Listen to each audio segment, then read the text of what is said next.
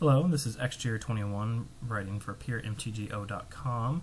Thank you for joining me. This is match 1 of stage 2 in my friendly sealed league of Our Devastation and Amonkhet leagues. And let's get going and get started. This is actually a pretty strong opening hand as it gives me plenty of options. I can lead with the Exemplar of Strength or the Ruin Rat, and I have Ronus for afterwards. So it's a very quick, easy keep. I even have a 4-power creature to turn on Ronus. And here, my opponent leads with a Sidewinder Naga, and they can trade, but I decided that I'd rather just remove the creature, as the Exemplar of Strength will be able to turn on Ronus eventually, and it's a fairly powerful card if it stays around for a little bit. So I'm pretty happy just killing off the Sidewinder Naga as opposed to offering a trade. In here, I can just attack in. They block, but I end up getting the one more counter off of it, so next turn it's a 4/4. I then drop 2/2 drops just so I can use my mana efficiently. And then here, my opponent, as you can tell, went back and forth in deciding whether or not he wanted to trade. As I can use Ronus' pump ability, I still had the 3 mana available in order to make this big enough to kill that. Since I have the Quarry Beetle coming up, I'm perfectly fine offering that trade. And my opponent, after a bunch back and forth, decides to go ahead and make the trade.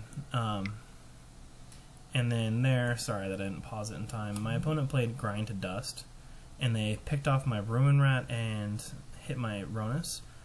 I actually think it's an interesting choice. I don't know if they meant to do it, but when you use something like this on the Ruin Rat, even if he had the mana available afterward to cast the other half of it, he would never have the opportunity because the Ruin Rat trigger goes on the stack after the spell's in the graveyard, since the Ruin Rat dies as a state-based effect. So it's one of those, I've seen a number of people kind of misstep around Ruin Rat and not realize when it goes to the graveyard and what it can target. So it's one of those, I'm not sure if he intended to do that, but it means he loses a way to get rid of my Ronus. And here I just play my 4-power creature and attack. I could have sacrificed this to make my Naga Vitalist 4-power, and then actually gotten the desert back next turn with Quarry Beetle. But I like the idea of getting more on the board. My opponent plays Sifter Worm, and apparently the scry was so bad they decided to concede to the board state that I have. Alright, well, thank you for joining me, and I hope you continue on for Game 2, which is coming up here shortly. So here we're on Game 2. This hand is not super exciting, but it's not bad. It's good enough because it has 2 removal and an eventual finisher, as well as a creature that I hope I'll eventually be able to play. It's just an okay hand in the sense that there's not much going on, but the likelihood of me drawing a better 6 is unlikely, so I go ahead and keep it. It's also worth noting my opponent is actually playing a 41-card deck. It's always interesting to check when they are doing that, as it just is one of those always surprising to me, the number of people that play more than 40 cards, which is so very rarely correct.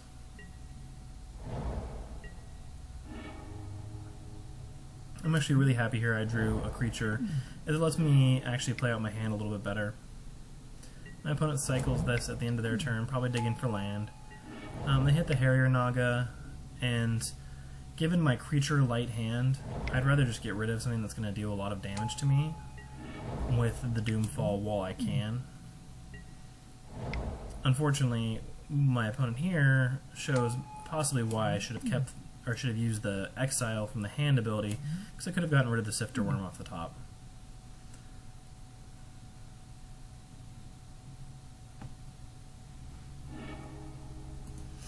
And here my opponent just reveals a mountain, so it's not too bad to see. I, of course, use my removal spell to get rid of the 7/7 Trampler. Unfortunately, right afterwards, my opponent plays their own Ronus, which would have been a better target for Hour of Glory, and unfortunately I didn't have the chance to do anything about that. And here I attempt to kill my opponent's Ritualist just so he can't pump it up with Ronus and start attacking. However, they also had their own ambuscade available, and so they're able to kill my creature before the ambuscade goes off. So I do not actually get to kill the Ritualist, which puts me very behind on board. It does allow me to put the Bone Picker down. All my opponent did there was pump up the Ritualist and start attacking. And then they cycle a desert, and they keep hitting their plays and drops. Here I play my 4-power creature. Unfortunately, my opponent plays Blur of Blades on it, which makes it a 3-power creature, which means I can't block. And at this point, there's pretty much no chance for me to come back from this game. My opponent's going to be able to, or has to attack with this turn, so I either take 5, or more likely I would trade and take 3, but then I have to chump block Ronus. And at that point, I don't have enough in my hand to come back, as my opponent will still be able to attack with Ronus the next turn. They can also start sacrificing the Ramanat Ruins and actually burn me out of the game at that point. Even if I played the Scrounger of Souls to block, they could just wait a turn, sacrifice their 2 deserts, and kill me that way. So I should go ahead and concede at that point. So I hope you join me for Game 3. Welcome to Game 3. And here, I have a 5-lander. In hindsight, I'm actually not entirely sure why I decided to keep it. I think one of my thoughts is I'll be able to cycle this desert eventually, so maybe it'll help out, because I'll be able to use this to get there. The real concern with drawing 5 lands is you still have, 11 to 12 lands left in your deck, which means you still have a 1 in 3 chance of drawing land each turn. So when you're keeping a 5-land hand, you just have so little action that it's just rough to start with. I should have definitely mulliganed this, as my opponent has an aggressive enough deck that it wasn't a good choice for me to keep it. I decide for whatever reason to keep it, however, and as you know, I already drew 2 lands. And my opponent had a removal spell. He had a Magma Spray from my Vitalist, which didn't actually... the Vitalist itself wasn't necessary to be able to be any creature.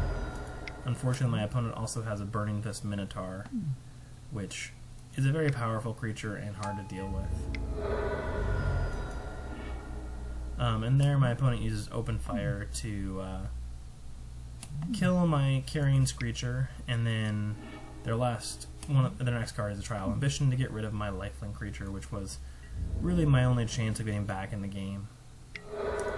And then I draw a swamp, cycle my desert, and draw a forest. At that point, there's really no chance for me to come back in this game, as I'm just going to be far enough behind. It's probable that I conceded too early here, as I could eventually have come back, but I would need a very strong string of draws, and I would need my opponent's 3 cards to be relatively dead. So I went ahead and conceded. Alright, well, thank you, and I hope you join me for the next matches.